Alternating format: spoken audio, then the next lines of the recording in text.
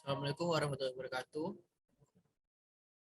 Saya Asrafil Ngangkulah. Di sini saya dan teman saya, Akmal Rubani, akan mempresentasikan mengenai keselamatan, kesehatan, keamanan kerja, dan lingkungan kerja atau K3L di laboratorium. Presentasi ini ditujukan untuk memenuhi tugas mata kuliah, teori dan praktikum pengujian bahan. Lanjut.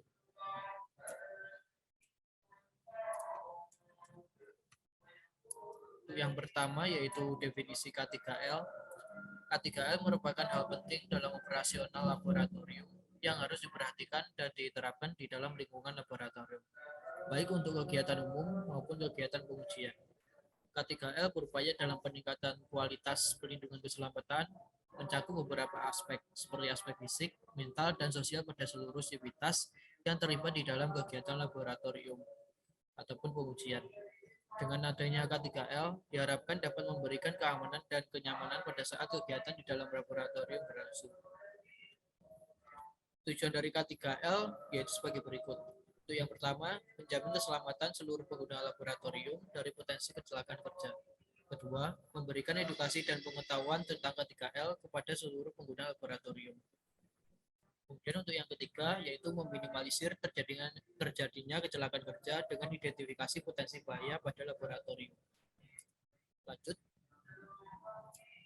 Untuk selanjutnya yaitu identifikasi K3L pada kegiatan laboratorium. Untuk yang pertama yaitu pada praktikum semen. Nomor satu, jenis kegiatan yaitu pengambilan sampel semen. Untuk potensi bahayanya yaitu partikel semen tertiup angin. Risiko yang ditimbulkan partikel semen dapat menimbulkan iritasi mata. Tindakan lanjut, pengambilan semen dilakukan secara hati-hati serta menggunakan wadah yang sesuai dengan agregat yang akan diambil. Untuk saran atau rekomendasi, penggunaan wadah dengan penutup, kemudian pemindahan semen dilakukan di tempat tertutup. Yang kedua, pengambilan sampel semen. Potensi bahaya partikel semen berterbangan dalam ruangan. Risiko yang ditimbulkan iritasi pada mata, infeksi saluran pernafasan. Tindakan lanjut, penggunaan masker standar SNI menggunakan kacamata praktikum. Untuk saran atau rekomendasi, membuat perancangan sirkulasi dalam ruangan. Ketiga, pengujian dengan memasukkan cairan kerosin ke dalam tabung. Cairan kerosin menyiprat ke bagian tubuh, kemudian tabung terjatuh dan pecah. Untuk resiko yang ditimbulkan, cairan kerosin mengiritasi anggota tubuh, kemudian pecahan kaca mengenai anggota tubuh. Tindakan lanjut, penggunaan APD yaitu sarung tangan, kacamata, dan sepatu safety. Kemudian perlunya hati-hati dalam memasukkan cairan ke dalam tabung. Untuk saran atau rekomendasi, pemberian edukasi mengenai bahaya zat kimia, penyediaan APD yang sesuai standar. Lanjut. Untuk yang nomor 4, pengadukan semen agregat semen. Agregat terkena bagian tubuh, baik tangan dan kaki. Untuk resiko yang ditimbulkan dapat menyebabkan iritasi atau gatal-gatal.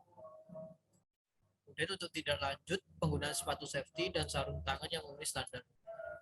Untuk saran atau rekomendasi, pengadukan menggunakan peralatan yang aman dan minim potensi bahaya. Untuk yang kelima, pengujian penurunan jarum. Jarum piket tidak sengaja terkena tangan. Untuk resiko yang ditimbulkan menyebabkan luka goresan atau potensi infeksi. Untuk selanjutnya, untuk tindak lanjut, memperhatikan SOP pengujian, tindakan penanganan awal dengan P3K.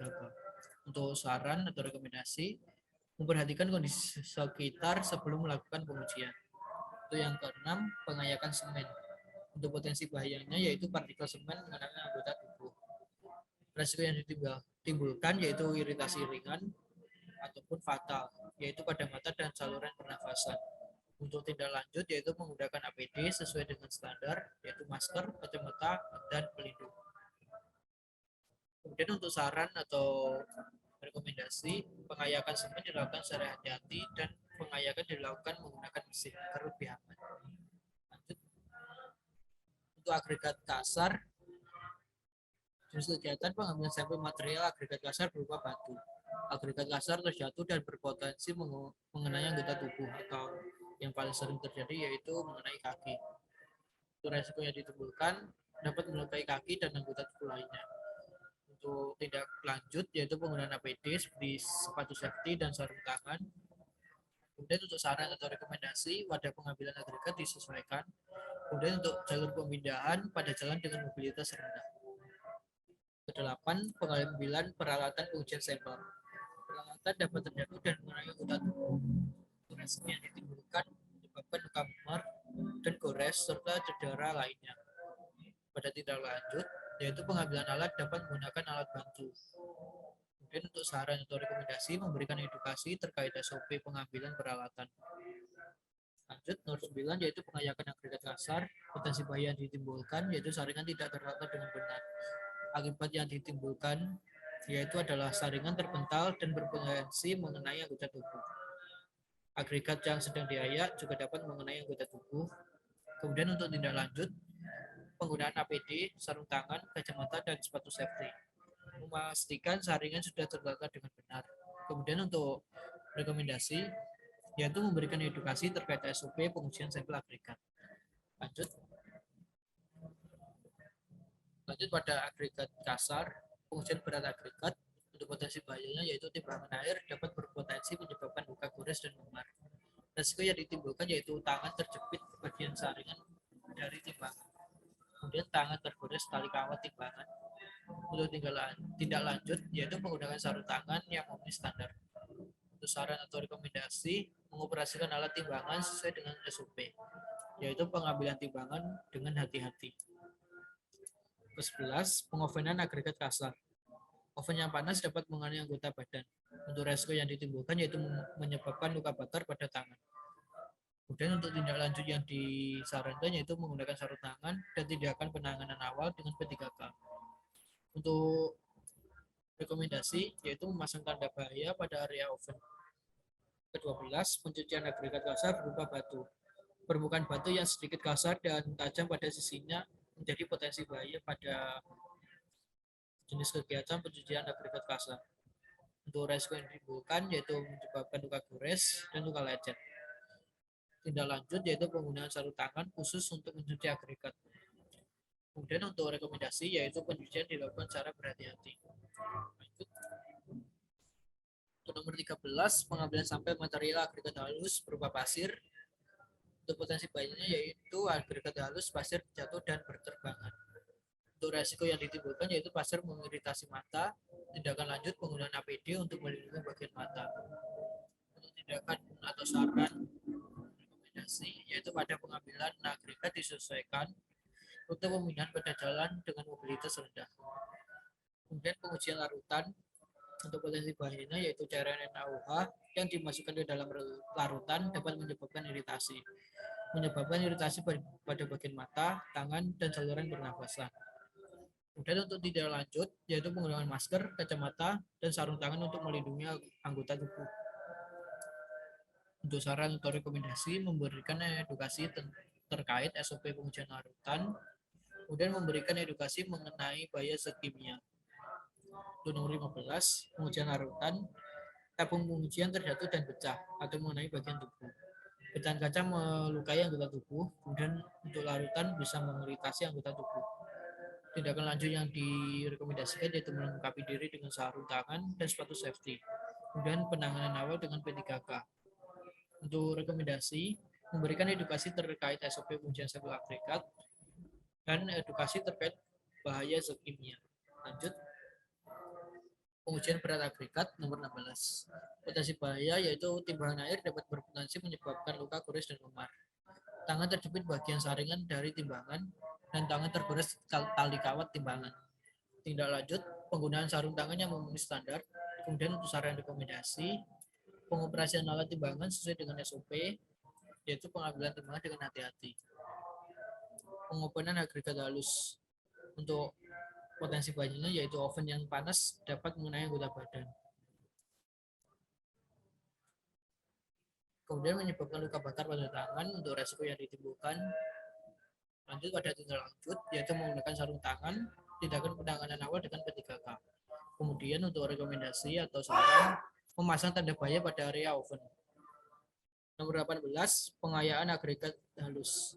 Saringan tidak tertata dengan benar Kemudian untuk resiko yang ditimbulkan, saringan terpental dan berpotensi mengenai anggota tubuh. Agregat dapat menginfeksi pernafasan. Kemudian untuk tindak lanjut, penggunaan APD, yaitu sarung tangan, kacamata, dan sepatu safety. Memastikan saringan sudah terlengkap dengan benar. Kemudian untuk saran atau rekomendasi, yaitu memberikan edukasi terkait SOP pengujian sampel agregat. Lanjut, nomor 19, pengambilan sampel material agregat halus, dasar, dan semen pada praktikum pengujian beton. Untuk agregat potensi bahaya, yaitu agregat halus, pasir jatuh dan berterbangan, agregat kasar agregat kasar terjatuh, dan partikel semen berterbangan. Risiko yang ditimbulkan, pasir dapat mengiritasi mata, batu yang terjatuh mengenai kaki. Pada tindak lanjut, yaitu penggunaan APD untuk melindungi bagian mata dan kaki. Saran atau rekomendasi, yaitu pada pengambilan agregat harus disesuaikan. Kemudian untuk rute, yaitu harus memilih rute pemindahan pada jalan dengan mobilitas rendah. Yaitu pencampuran agregat penyusun beton pada proses manual. Untuk adonan yang diaduk mengenai anggota tubuh. Untuk resiko yang ditimbulkan bisa menyebabkan iritasi tangan dan kaki, yaitu gatal-gatal, serta menimbulkan luka gores. Untuk tindak lanjut, yaitu penggunaan APD seperti sepatu safety, sarung tangan, dan cattle pack. Untuk saran atau rekomendasi, memberikan edukasi terkait SOP pencampuran agregat. Selanjutnya, nomor 21, pencampuran agregat penyusun beton dengan metode mixing menggunakan mesin. Tangan mengenai mesin yang berputar saat memasukkan agregat penyusun beton. Untuk resiko yang ditimbulkan, menimbulkan luka memar serius, agregat seperti batu dan semen dapat melukai anggota tubuh. Untuk tindak lanjut, yaitu melengkapi diri dengan sarung tangan dan sepatu safety. Untuk penanganan dengan P3K. Saran atau rekomendasi, yaitu memberikan edukasi terkait SOP operasional mesin. Nomor 22, pencampuran agregat penyusun beton menggunakan mesin. Untuk potensi bahayanya, yaitu bahaya konsleting listrik, resiko yang ditimbulkan menimbulkan luka bakar akibat tersengat aliran listrik. Pada tindak lanjut, melengkapi diri dengan sarung tangan dan sepatu safety. Mengamankan alat dari potensi konsleting, terutama air. Kemudian untuk saran atau rekomendasi, memberikan edukasi terkait SOP operasional mesin. Pengecekan alat secara berkala untuk mengetahui potensi bahaya. Lanjut pada pengujian kuat-tekan beton, potensi bahaya yang ditimbulkan ketidakhati-hatian dalam pengoperasional mesin penguji. Resiko yang ditimbulkan menyebabkan luka memar akibat terjepit alat dan menyebabkan luka goresan. Untuk tindak lanjut, memperhatikan kondisi sekitar ketika akan menggunakan alat uji. Untuk saran atau rekomendasi, alat harus memiliki mekanisme emergency stop untuk menghentikan alat uji. Pada nomor 24, kegiatan pengujian kuat tekan beton. Potensi bahaya, yaitu potensi pecahan beton hasil pengujian dapat mengenai anggota badan. Resiko yang ditimbulkan menyebabkan luka gores dan memar dan cedera. Untuk tidak lanjut, memperhatikan kondisi sekitar dan memastikan alat penguji tertutup dengan rapat. Untuk saran atau rekomendasi, memperhatikan kondisi alat ketika akan digunakan. Lanjut. Untuk aktivitas umum, potensi bahayanya yaitu seperti yang kita ketahui, potensi penyebaran virus COVID-19. Resikonya yaitu terpapar penyebaran virus corona. Kemudian untuk tindak lanjut, membatasi kegiatan dalam lingkungan laboratorium. Melakukan pengecekan kepada pemegang fasilitas laboratorium. Untuk saran dan rekomendasi, melakukan sterilisasi ruangan secara berkala. Untuk evaluasi pada situasi darurat, potensi bahayanya, resiko yang ditimbulkan kegagalan penyelamatan diri pada saat situasi darurat, seperti kebakaran, gempa, dan lain-lain. Untuk tindak lanjut, yaitu memasang rambu jalur evakuasi yang mudah dipahami. Kemudian untuk saran atau rekomendasi, yaitu memberikan informasi terkait safety induction kepada pengguna laboratorium. Untuk pembahasan selanjutnya bisa dilanjutkan oleh teman saya, Akmal Yanuar Rubani.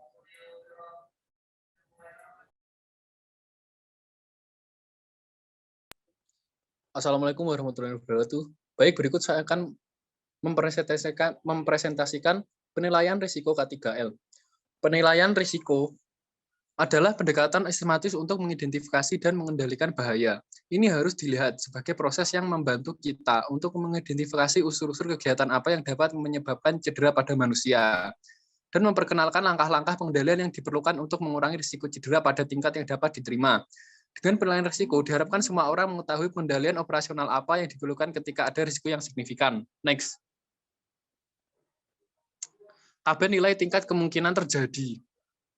Tingkat kemungkinan 5, keterangannya adalah almost certain, yaitu terjadi setiap saat, 4 likely, sering terjadi, 3 possible, terjadi sesekali, 2 unlikely, jarang terjadi, 1 rare, adalah sangat jarang terjadi. Next. Berikutnya adalah tabel nilai tingkat dampak. Untuk yang satu adalah insignifikan, yaitu tidak terjadi cedera dan kerugian material minimum. Yang kedua adalah minor, cedera ringan, kerugian material sedang. Ketiga adalah moderate, yaitu cedera sedang dan kerugian material besar. Yang keempat adalah major, yaitu cedera berat, kerugian material besar, dan dapat menimbulkan gangguan produksi. Yang kelima adalah ekstrim, cedera fatal, kerugian material besar, dan produksi terhenti. Next. Berikutnya adalah tabel tentang konsekuensi. Keterangannya adalah E sebagai risiko ekstrim, H sebagai risiko tinggi, M sebagai risiko sedang, L sebagai risiko rendah. Klasifikasi pengendalian risiko dapat dilakukan dengan sejumlah alternatif sebagai berikut, yaitu eliminasi, substitusi, rekayasa teknik, pengendalian administrasi, dan alat pelindung diri. Next. Berikut adalah tabel analisis risiko praktikum semen. Untuk bahaya yang ke-1 adalah partikel semen tertiup angin. Risikonya adalah partikel semen dapat menimbulkan iritasi mata. Kategori adalah low. Pengendalian risikonya adalah berupa rekayasa teknik. Yang kedua adalah partikel semen berterbangan dalam ruangan. Risiko yang dapat terjadi adalah iritasi pada mata dan infeksi saluran pernafasan. Kategorinya adalah low. Pengendalian risikonya adalah rekayasa teknik. Untuk yang bahaya ketiga adalah cairan kerosin menyiprat tabung terjatuh dan pecah. Risikonya adalah cairan kerosin mengiritasi anggota tubuh dan pecahan kaca tabung mengenai anggota tubuh. Kategorinya adalah low. Pengendalian risiko adalah rekayasa teknik. Next. Untuk yang bahaya keempat adalah agregat terkena bagian tubuh. Risiko yang dapat terjadi adalah dapat menyebabkan iritasi. Kategorinya adalah low. Untuk pengendalian risikonya adalah dengan menggunakan alat pelindung diri. Untuk bahaya yang kelima adalah jarum vigal tidak tersengaja terkena tangan. Risiko yang dapat terjadi adalah menyebabkan luka goresan. Kategori risiko adalah low. Untuk pengendalian risikonya adalah berupa rekayasa teknik. Untuk bahaya keenam adalah partikel semen mengenai anggota tubuh. Risiko yang dapat terjadi berupa iritasi ringan. Kategori risiko adalah moderate. Dan pengendalian risikonya adalah dengan mengenakan alat pelindung diri. Oke, next. Untuk bahaya yang ketujuh adalah agregat kasar jatuh dan berpotensi mengenai anggota tubuh. Risiko yang terjadi adalah agregat kasar dapat melukai kaki dan anggota tubuh lainnya. Kategorinya adalah low. Untuk menghindari risikonya adalah berupa alat pelindung diri. Untuk bahaya ke-8 adalah peralatan dapat terjatuh dan mengenai anggota tubuh. Risiko yang dapat terjadi adalah menyebabkan luka memar dan gores serta cedera lainnya. Kategorinya adalah low dan pengendalian risikonya adalah dengan melakukan rekayasa teknik. Untuk bahaya ke-6 adalah saringan tidak tertata dengan benar. Risiko yang dapat terjadi adalah saringan terpental dan agregat dapat mengenai anggota tubuh. Kategori dari risiko adalah moderate dan pengendalian risikonya adalah berupa dengan mengenakan alat pelindung diri. Oke, next. Untuk yang bahaya ke-10 adalah timbangan air dapat berpotensi menyebabkan luka gores dan memar. Risiko yang dapat terjadi adalah tangan terjepit bagian saringan dan timbangan, dan tangan tergores tali kawat timbangan. Kategorinya adalah low dan pengendalian risikonya adalah berupa rekayasa teknik. Untuk yang 11 adalah oven yang panas dapat mengenai anggota badan. Risiko yang dapat terjadi adalah menyebabkan luka bakar pada tangan. Kategorinya adalah moderate dan pengendalian risikonya adalah dengan mengenakan alat pelindung diri. Untuk bahaya ke-12 adalah permukaan batu yang sedikit kasar dan tajam pada sisinya. Risikonya adalah berupa menyebabkan luka gores dan luka lecet akibat batu yang tajam. Kategorinya adalah low dan pengendalian risikonya adalah berupa dengan mengenakan alat pelindung diri. Oke, next. Bahaya yang ke-13 adalah agregat halus pasir terjatuh dan berterbangan. Bahayanya ada berupa cairan NaOH yang dimasukkan ke dalam larutan dapat menyebabkan iritasi. Risikonya adalah menyebabkan iritasi pada bagian mata, tangan, dan saluran pernafasan. Kategori dari risiko tersebut adalah low, dan pengendalian risiko yang dapat dilakukan adalah dengan menggunakan alat pelindung diri. Untuk bahaya yang ke-15, adalah tabung pengujian terjatuh dan pecah. Dan risiko yang dapat terjadi adalah pecahan kaca melukai anggota tubuh dan larutan mengiritasi anggota tubuh. Kategori dari risiko tersebut adalah low dan pengendalian risiko dari bahaya tersebut adalah alat dengan mengenakan alat pelindung diri. Oke, next.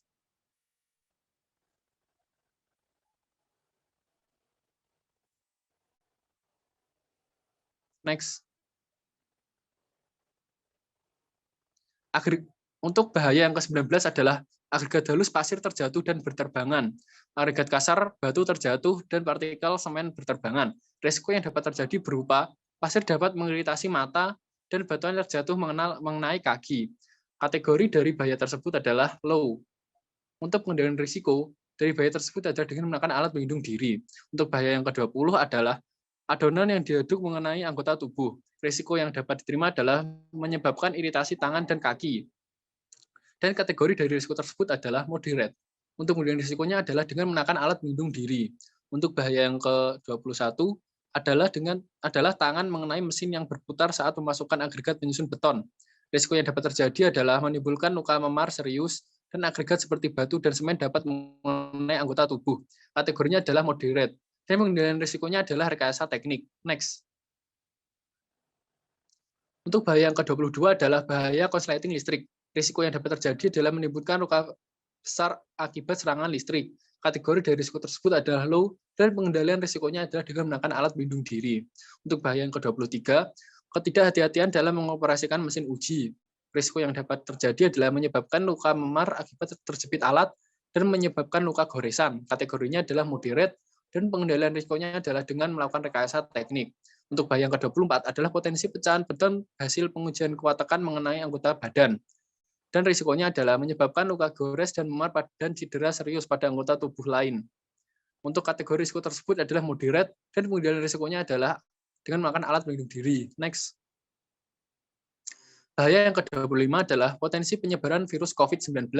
Risikonya adalah terdapat penyebaran virus corona. Kategorinya adalah high, dan pengendalian risikonya adalah pengendalian administrasi. Untuk bahaya yang ke-26 adalah berupa situasi darurat. Risikonya kegagalan penyelamatan diri pada saat darurat.